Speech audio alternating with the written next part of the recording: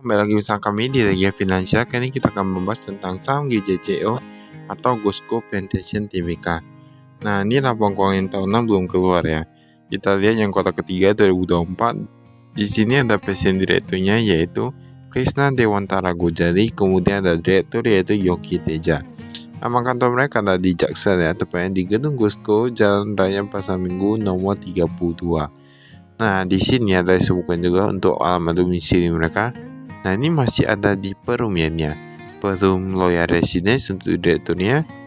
Presiden direkturnya sudah di Jalan Kupang ya. Kita lihat di sini laporan keuangannya, yaitu dia nilainya itu jutaan. Nilai jutaan tapi bentuk itu dia rupiah. Kas dan setara kas dari 355 miliaran sekarang jadi 123 miliaran. Ukuran cukup banyak tapi persediaan meningkat ya. Dari 26 miliaran menjadi 50 miliaran, tambah sekitar 24 miliaran, masih oke. Total asetnya dari 2,1 triliunan, sekarang menjadi 2,17 triliunan. Artinya apa? Dia meningkat cukup pesat ya kalau kita lihat di sini. Tadi kita lihat penambahannya itu karena hutang atau gimana? Penambahan hutangnya sendiri kalau kita untuk utang usaha pihak ketiganya, dia sedikit meningkat paling sekitar 8 miliaran ya kalau kita di sini. Total hutangnya langsung saja dari 949 miliaran sekarang menjadi 998 miliaran. Artinya dia meningkat kurang lebih sekitar 49 miliaran. Nah, 49 miliaran ini jumlahnya agak sedikit banyak ya kalau untuk perusahaan seperti ini, tapi ekuitasnya itu meningkat ternyata lebih kecil ya.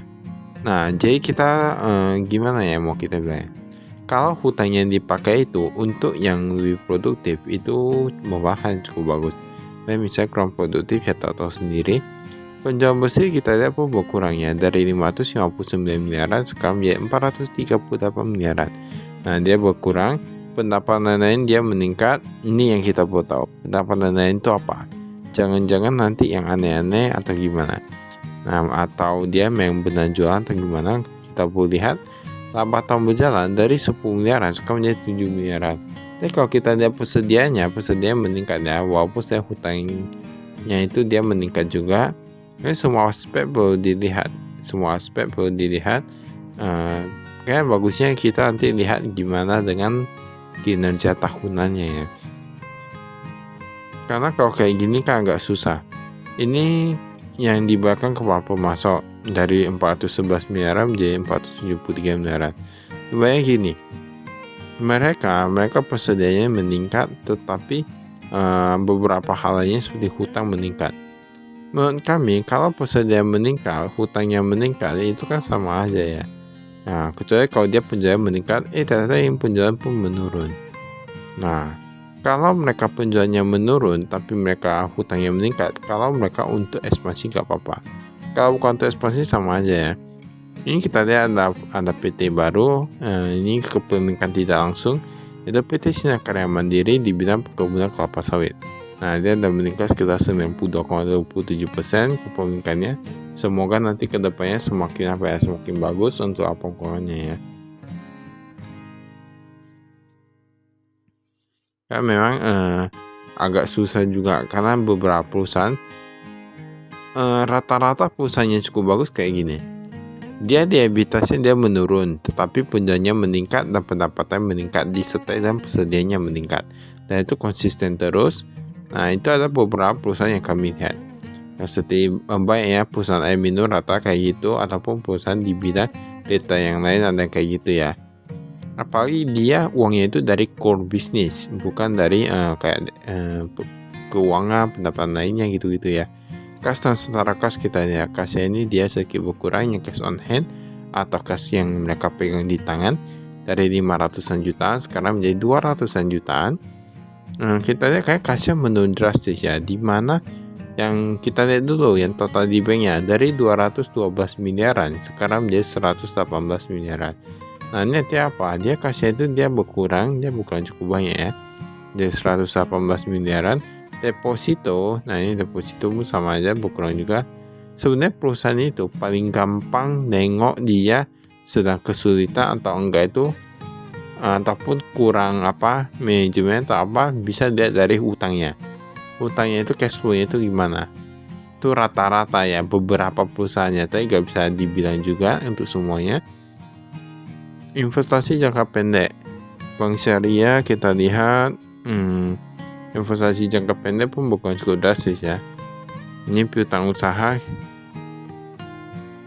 sedikit meningkat piutang usahanya, dan dia ini kan cukup bagus untuk piutang usahanya.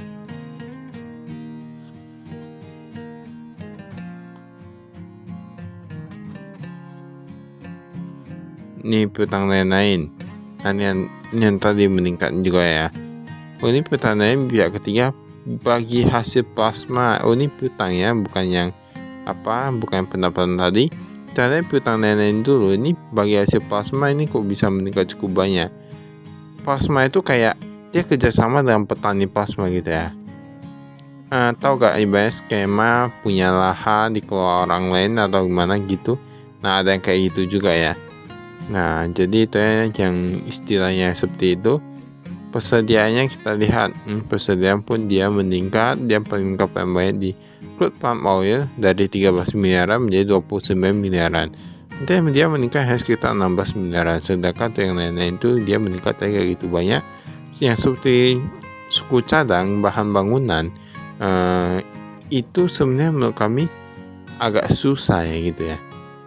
Dia persediaannya meningkat, tapi itu gak gitu berpengaruh, karena kalau dia buat proyek, sisa proyek itu barangnya mau dibawa kemana lagi. Nah, itu yang menjadi pertanyaan. Terkadang memang bisa digunakan untuk sisa-sisa, tapi rata-rata perusahaan agak susah dengan hal seperti itu. Rata-rata ya, beberapa perusahaan ya. Tanaman perkebunan kita lihat, tanaman menghasilkan, tanaman belum menghasilkan. Ini kayak cukup produktif nih perusahaan ini. Mengapa? Karena tanaman menghasilkannya itu lebih banyak daripada tanaman belum menghasilkan, dan persentasenya jauh. Jadi kebanyakan itu tanaman itu semua sudah menghasilkan. Tapi kita lihat dia belum menghasilkan itu kedepannya gimana. Nah, ini perlu lihat juga untuk jangka panjang. Mengapa tanaman belum menghasilkan sangat sedikit. Nah, dia perlu dilihat juga ya. Ada beberapa perusahaan yang dia tanamannya belum menghasilkan, tetapi itu memang udah gak bisa menghasilkan, ataupun tanahnya itu sangat jelek, ataupun ada beberapa hal lainnya sehingga buahnya itu kualitasnya agak tidak bagus. Nah, jadi semuanya itu perlu diperhatikan. Kita gak bisa bilang belum menghasilkan berarti dia semuanya perusahaan macam tanaman muda. Dan seharusnya kalau belum itu dia memang tanaman muda, tapi kita perlu lihat juga kualitasnya apakah bagus atau enggak tanamannya. Utang usaha kita lihat di sini meningkatnya dari 31 miliaran menjadi 40 miliaran. Nah, ini dia meningkat, oke lah ya, kayak gitu banyak. Tapi ini cash flow-nya di atas 90 hari atau di atas 3 bulan sekitar 3 miliaran. Kemarin 300-an jutaan saja. Mengapa meningkat cukup pesat? Itulah yang menjadi pertanyaan. Ini utangnya cash flow-nya ini. Nah, tahu-tahu sendiri ya kalau udah kayak gini ya. Mengapa bisa begitu? Kami nggak tahu ini kenapa bisa sampai agak macet ya. Apakah karena hal lainnya atau dokumennya nggak lengkap atau gimana? Tapi pokoknya data yang ada seperti itulah ya. Utang jangka panjang. Lembaga keuangan. Fasilitas kredit.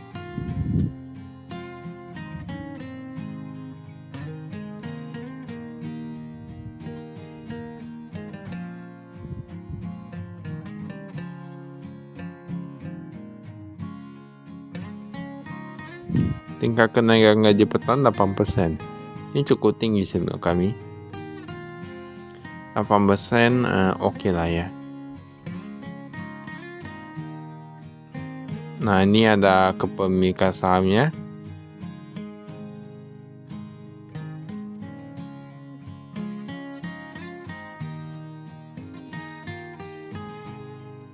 Bisa lihat di sini ya.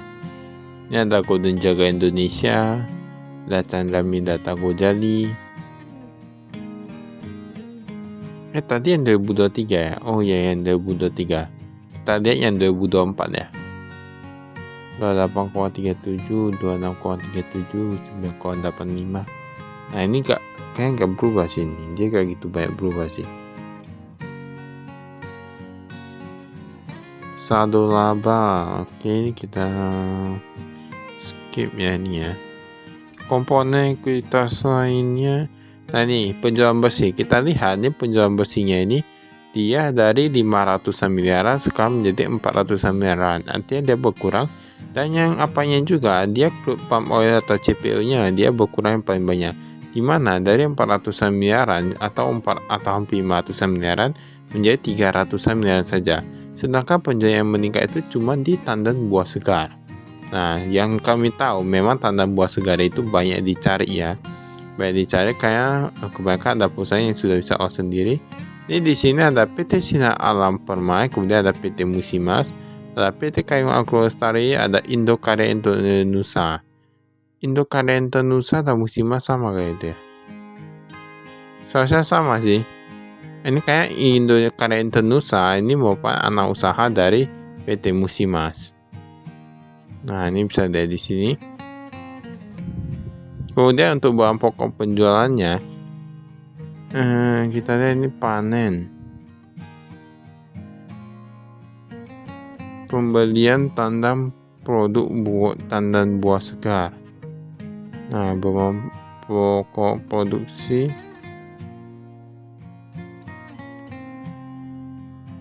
Ini pendapatan lain-lain kita lihat di sini. Penambahan nilai wajar aset biologis.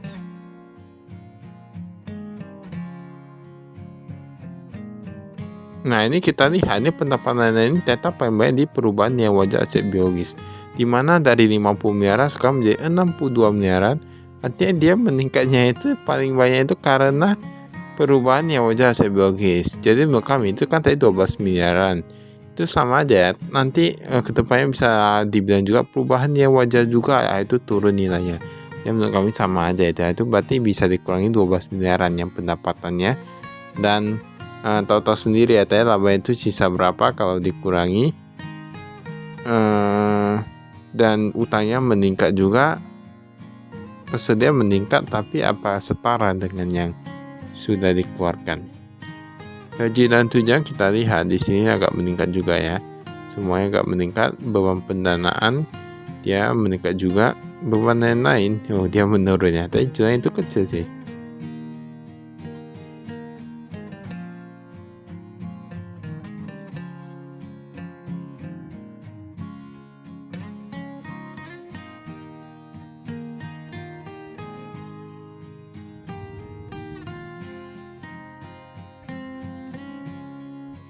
Baiklah, itu saja guys. Sekian, terima kasih, saya investasi.